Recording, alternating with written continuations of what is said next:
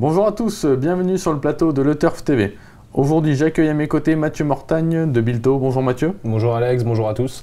Donc Mathieu, ce vendredi, nous serons à Vincennes. Cette fois, fini la petite piste, ce sera la grande piste. Ce sera le prix de Tourcoing qui servira de support aux enjeux à la carte. Une épreuve qui a réuni 20 partants. Sur les 2850 mètres de la grande piste, il y aura 2 poteaux de départ. Je tiens déjà à vous signaler que le numéro 20, Shadow d'Odyssée, est d'ores et déjà non partant. Donc aujourd'hui au sommaire de l'émission, l'analyse de la course par Mathieu, viendra ensuite un bruit des pistes, le pronostic de Mathieu et le plus important, son conseil de jeu au 5 sur 5. Mathieu, ce prix de Tourcoing, vendredi 13, comment sentez-vous cette épreuve ? Justement, vous l'avez dit, donc c'est le parcours des 2800 mètres de la grande piste. C'est jamais facile de rendre la distance, mais malgré tout, mercredi, voilà, mais mercredi, on a pu voir que les chevaux de 25 mètres sont bien revenus. Voilà, donc là, j'ai encore privilégié les chevaux de 25 mètres, mais il faut s'attendre à des surprises aussi. D'accord. En pole position, vous avez placé le 11 synonyme de Sim, qui s'entend à merveille avec Franck Nivard. Oui, c'est un cheval qui tourne autour du pot, comme on dit. Voilà, et le cheval il reste sur des beaux accessites avec des superbes lignes, avec des tons rêves de chaos et ténor de légende. Voilà, là il est pas des mieux engagés à 25 mètres, mais au vu de l'opposition, ça me paraît une première chance. Et sa façon de courir va pas le déranger, parce que c'est un cheval qui aime bien venir sur les autres en progression.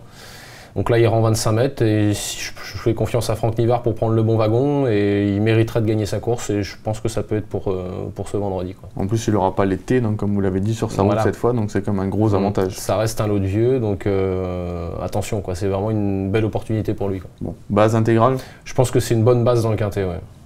Ensuite, vous lui opposez le 12 Rafale Léman. Elle a montré un net regain de forme en dernier lieu. Oui, Rafale Léman, ancienne Leblanc, elle est maintenant sous la férule de Mathieu Mottier. La jument avait très bien couru dans l'étape du GNT à Maucanchy, il en manquait pour finir, mais on sentait qu'elle était sur une pente ascendante. En dernier lieu, elle est 5e sur 2007 en marchant 13. C'était encore mieux. Donc je pense que là, elle est vraiment toute proche d'une très très belle performance et je m'en méfie beaucoup. C'est mon coup de cœur dans cette épreuve.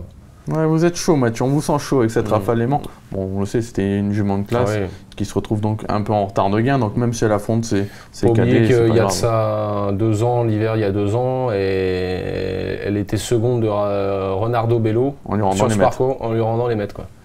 Donc ça reste quand même des lignes, si elle retrouve son niveau, c'est une jument qui a tout à fait la pointure d'un lot comme ça. D'accord. En 3e position, vous placez donc le 19 Surprise de Lupin.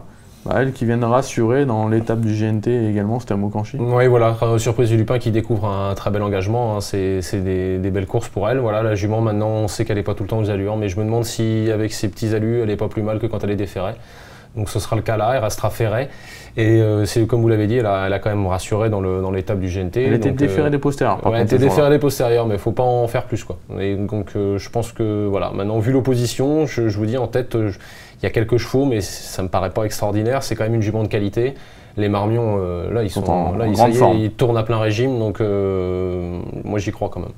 D'accord, donc on reprendra Surprise du Lupin. Par contre, on n'en prendra pas en base parce que c'est pas un coup sûr. Non, parce qu'on ne sait jamais, je vous dis, le petit problème d'allure. Mais bon, je vous dis quand même, les Marmions, en ce moment, ça paraît bien, quoi. C'est la grande forme à l'écurie. Le numéro 13, Sangoten, vous l'avez placé en 4e position. En dernier lieu, était déféré des 4 pieds, là simplement des antérieurs. Est-ce que ça peut le déranger ? C'est un peu moins bien. C'est quand même, on préfère déférer les 4, mais bon, l'important pour moi, de toute façon, dans le déferrage, pour moi, l'important, c'est surtout devant. C'est devant. Donc là, il sera déféré des antérieurs, donc ça tombe très bien. J'ai eu Eric Raffin au téléphone, il dit bon, bah voilà, maintenant, il doit encore rendre la distance. C'est jamais facile, mais lui aussi, l'autre jour, il y avait l'été, hein, donc ça reste les vieux. Voilà, le cheval, il courait très bien, il tenait bien sa partie l'autre jour, il est en forme, donc pourquoi pas encore une fois à l'arrivée, peut-être pas pour être 1 ou 2, mais pour être 3, 4, 5, moi je vois une belle chance. Ouais. Ensuite, vous placez le 7 Ranjani, donc c'est le premier cheval de votre pronostic qui part au premier échelon. Ça tombe bien, c'est notre bruit des pistes, hein. Il est arrivé donc il y a peu de temps chez Pierre Vercruis, hein, qu'il avait déjà entraîné l'hiver dernier. Il était très content de sa dernière sortie, le cheval a fourni sa valeur. Il pense qu'il a progressé là-dessus. Là, c'est un objectif, et, comme il nous l'a dit. Il le défère des 4 pieds. Il y compte, il craint un peu l'opposition, mais on a senti un Pierre Vercruis assez confiant. Ouais, en dernier lieu, c'était sur 2700 mètres, pareil, avec des chevaux plus jeunes que lui. Il était 7e en retrait, mais c'était vraiment une très belle note. Marché 14,5, je crois, 2007 GP. Oui, il marchait un tout petit 14 même, je crois. Et donc ça, c'était très bien. Maintenant, c'est un cheval qui... Bon, il a l'avantage de partir en tête, d'être déféré des 4 pieds cette fois. Maintenant, c'est un cheval qui aime bien subir les courses. On ne peut pas faire non plus l'homme avec lui. Donc voilà, c'est pour ça que, parce que sinon au papier il mérite d'être mis plus haut, hein. Il a le potentiel au papier normalement, 25 mètres devant sur ce qu'il vient de montrer au chrono plus le déferrage, il a le droit de gagner une course comme ça. Après moi c'est par rapport à la tactique de course que ça m'embête un peu, c'est voilà, il faut quand même subir quoi, c'est pas forcément un avantage de partir devant. C'est un R, il part en tête, il a pas ces gains là pour rien non plus, c'est qu'il peut pas se permettre de faire fort quoi. Je crois qu'il y a eu peut-être des problèmes de santé. Il a eu des soucis, voilà, mais là c'est vrai que c'était vraiment très bien l'autre jour, donc attention à lui, c'est un superbe outsider. D'accord. 6e position, vous retenez un autre R, c'est le 18 Revalo Livry. Lui, on ne sait pas trop où il en est. Maintenant, son entraîneur est confiant et il défère des 4. Voilà, bah, c'est un cheval qui est intermittent. On sait que voilà, il y a des fois, il vous surprend alors que vous ne l'attendez pas. Et puis la fois d'après, vous y croyez dur comme fer et il déçoit. Donc là, par contre, un truc qui est sûr, c'est qu'il ne faut pas trop courir avec celui-là. Et là, il a un peu de fraîcheur. Donc attention à lui, déférer des 4 pieds. L'entraîneur est confiant, le cheval est bien. Voilà, puis c'est un attentiste, donc lui il va suivre et il va venir finir. Quand il est décidé, il est capable de très belles fins de course, donc c'est une belle chance quand même pour les places. Hein. Par contre, il faudrait qu'il prenne le bon wagon parce qu'il n'a pas de marge et il ne peut pas tourner autour des autres. Voilà, il faut vraiment que ça se goupille bien, il faut se faire ramener sur un plateau et puis placer la pointe au bon moment.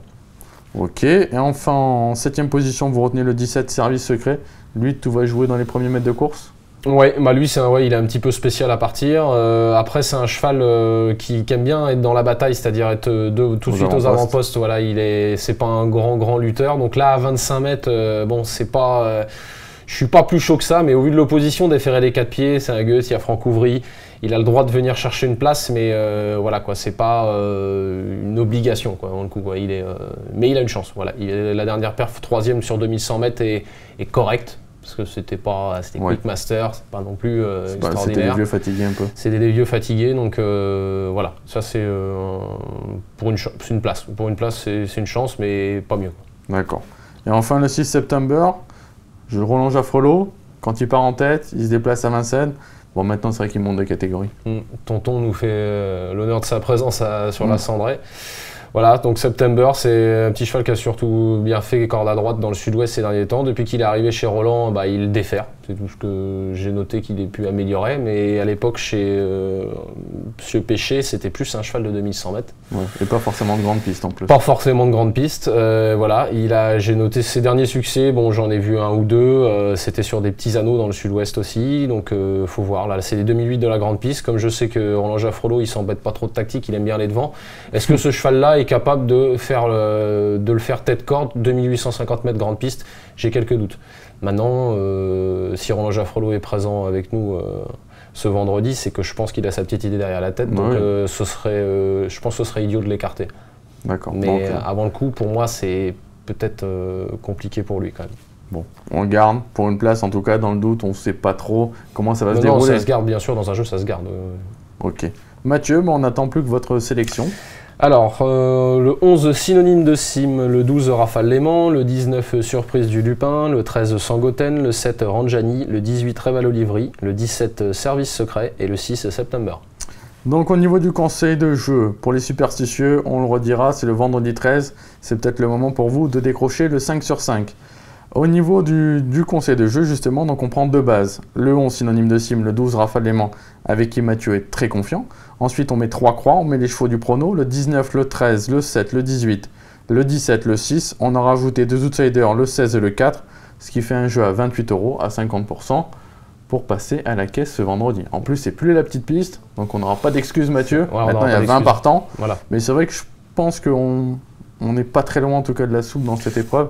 Au niveau des chevaux, en tout cas. Je pense quand même que Synonyme de Sim et Rafale Léman, normalement, c'est très bien pour être dans le quintet. Donc après, voilà, vous pouvez toujours élargir encore un peu plus si vous voulez, mais ça paraît être assez solide avant le coup.